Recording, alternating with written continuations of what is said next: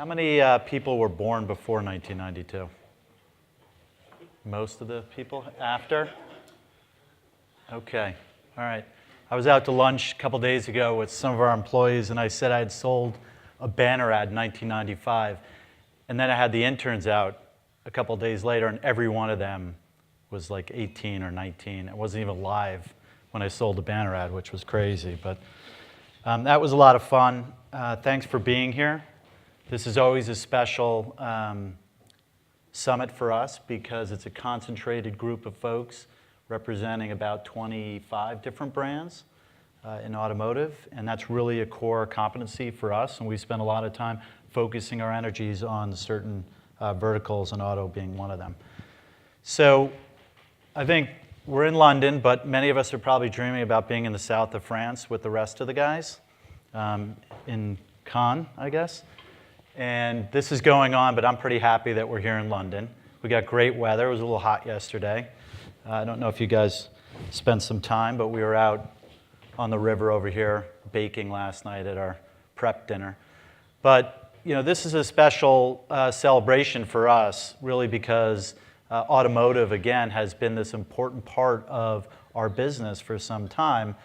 And we have a lot to talk about today. And it's not just us speaking and talking about what we can do for you. It's a lot of the brands actually talking about what they're doing with technology and with solutions that we provide. And to me, that's the most important part of this. All these presentations and conferences we all go to really revolve around a monologue, not a dialogue. And I think we've tried to set this up so you guys have the ability to communicate with each other in an intimate setting, to also talk about the successes that you've had, as well as the challenges, because coming to a conference takes a lot of time, and you should get something out of it, even if it's just one different item, something you can do different tomorrow. So we're going to talk about a bunch of different things today, but most of them around personalizing the experience for your users and how you can leverage technology and solutions to do so. You know, that's obviously going to enhance your brand and the brand experience that consumers have on your websites. And it's, quite frankly, about driving revenue, conversions, right? Getting people into showrooms, selling cars, or buying them online for a few of you guys. So what's ahead for all of us? What I thought I'd do is talk a little bit about some of the challenges that are happening in the space, and then maybe some deeper insights into a few things that we think are really important.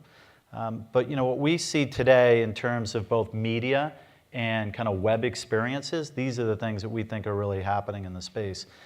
Consumers are demanding an understanding of what ads that they're being delivered and from whom, and that transparency flows all the way down into the technologies that you might be using to deliver media. There's a demand, obviously, from investors. Many of you guys are under the gun to try and drive more performance, either on your website or through the media you're driving to that website to drive conversions. You know, we're also tackling and grappling with this idea of technology and fragmented technologies out there. How do we harness all these great pieces of technology into a seamless stack so that we get the best performance for our marketing dollar, best performance for the dollars we're spending on marketing technology? There's a lot of things we can talk about in terms of consolidation.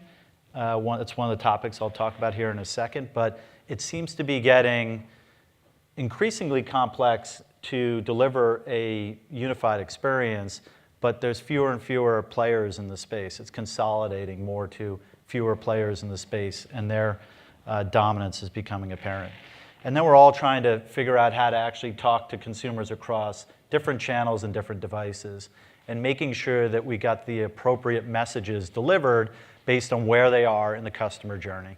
So there's a lot of challenges that we're all dealing with. It's not like picking up the garbage tomorrow. You know what you got coming every single day. This is an ongoing battle that we have in terms of technology and devices and channels and consumers and regulation and all these different things that we're talking about today. So one of the topics that I thought was interesting is just talk about the dominance of Facebook and Google. And you know, these are pretty staggering when you start looking at the statistics here. 77% of all new online advertising spend is going to these two players. That's just incredible. Now, I guess it's like the BBC in 1960 or something, or in the United States, ABC, NBC, and CBS got all the dollars, right, in TV.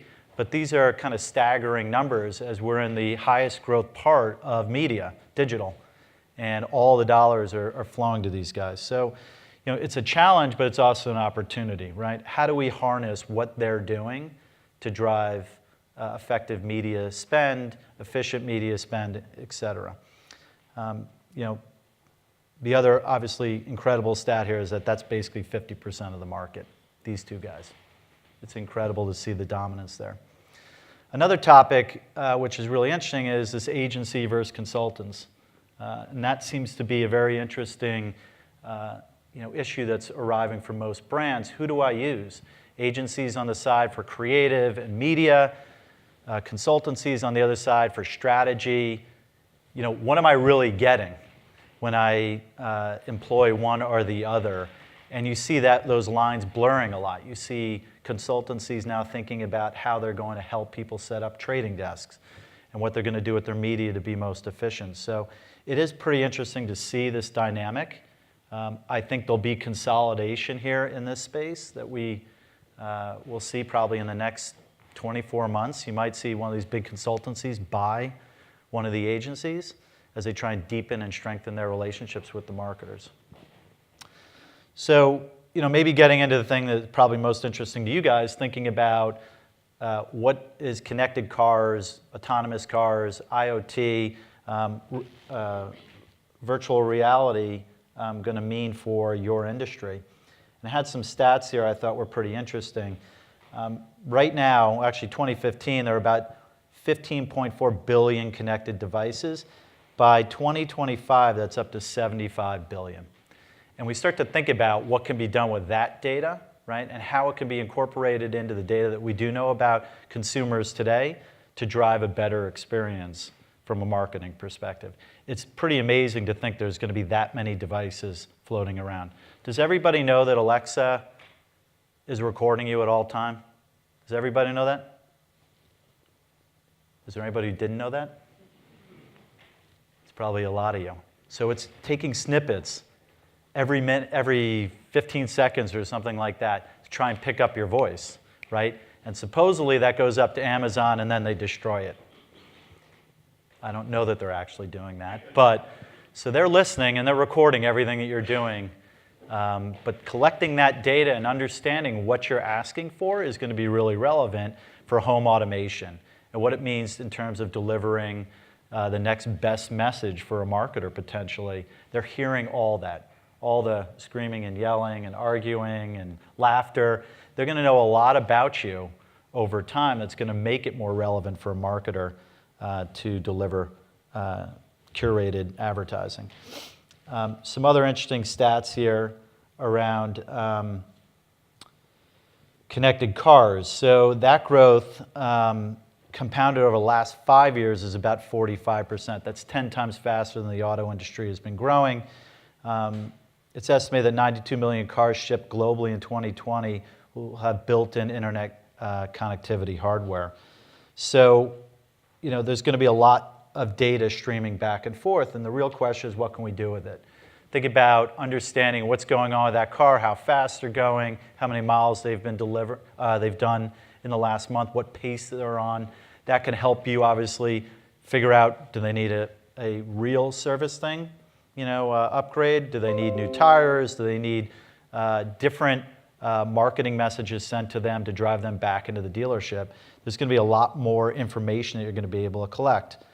Some of the challenges, of course, is that the connected cars are a little bit higher in price, but it's been estimated those costs will be coming down, of course, which will make connected cars way more affordable for the masses.